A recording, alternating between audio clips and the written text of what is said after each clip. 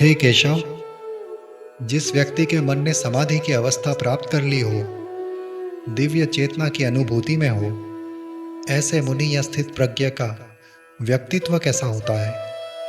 उसके बोलने की शैली कैसी होती है केशव? वो कैसे उठता बैठता है और वो चलता फिरता कैसे है? हे पार्थ, जब व्यक्ति अपने मन से सभी प्रकार के कामनाओं और तृष्णाओं को निवृत्त कर देता है, जब इच्छाएं उसके मन को प्रभावित करने में विफल हो जाते हैं और उसका मन निर्मल और पवित्र होकर अपनी आत्मा में स्थित होकर संतुष्ट हो जाता है, तब वो दिव्य चेतना में स्थिर हो जाता है। जिसके मन की अवस्था ऐसी हो गई हो, उसे मुनि या स्थित प्रज्ञ जाना।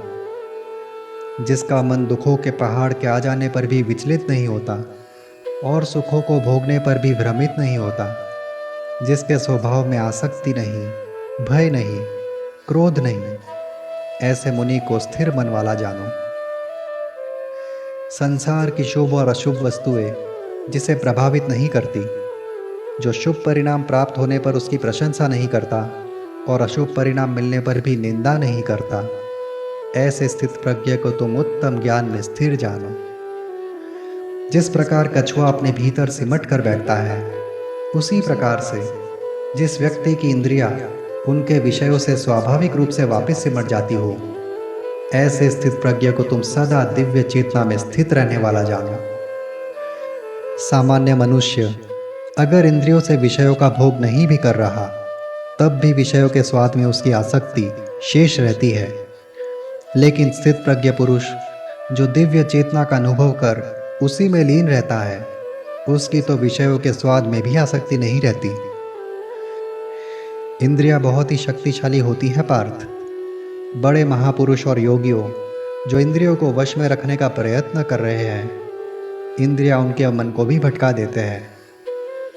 लेकिन जो अपने इंद्रियों पर अंकुश लगाकर अपनी चेतना को मुझ ईश्वर पर स्थिर कर दे, ऐसे जितेंद्रिय स्थित प्रज्ञ को तुम स्थिर बुद्धि वाला जानो।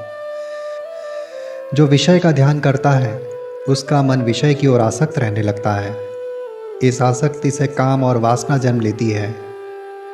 कामनाओं में विघ्न पड़ने पर क्रोध उत्पन्न होता है। मन में क्रोध आ जाए तो सोचने की क्षमता क्षीण हो जाती है। स्मृति का नाश हो जाता है। जिसकी स्मृति का नाश हो जाए, वो अपना विवेक भी खो बैठता है। उसे उचित और अनुचित का ध्यान नहीं रहता। और जो अपना विवेक खो बैठे, वो फिर संसार चक्र में बांध कर रखने वाले कामना और विषय के दलदल में जा फंसता है।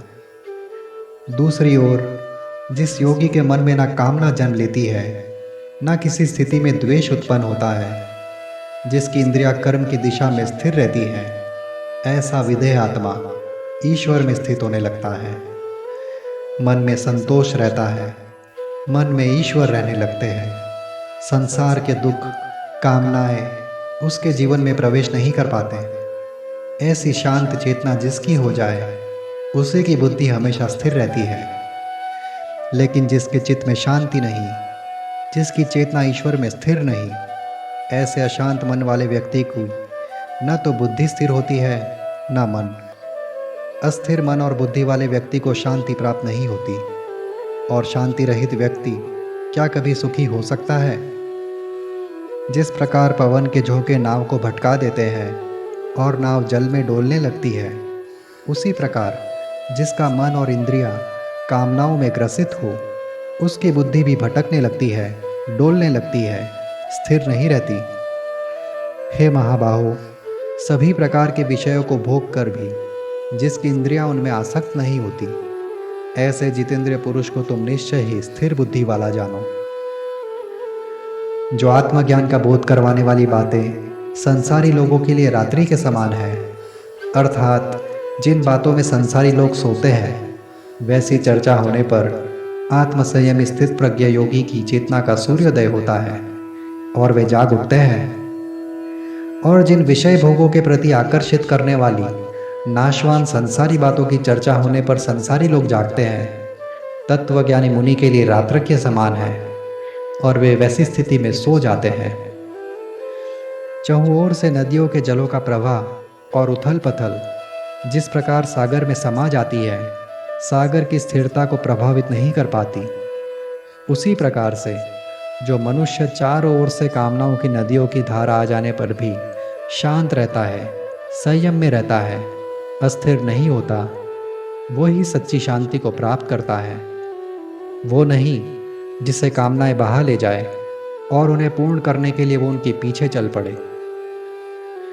जिस व्यक्ति ने अपने मन से सभी प्रकार की तृष्णा का, इच्छाओं का त्याग कर दिया हो, जिसका जीवन कामना रहित हो, किसी भी वस्तु के प्रति जिसके मन में ममता नहीं, जो अहंकार रहित है, केवल वही सच्ची शांति को प्राप्त करता है।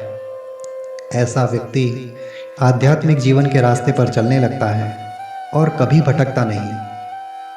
मृत्यु शैया पर भी अगर कोई स्थिति में हो तो वो पर ब्रह्म को प्राप्त होता है।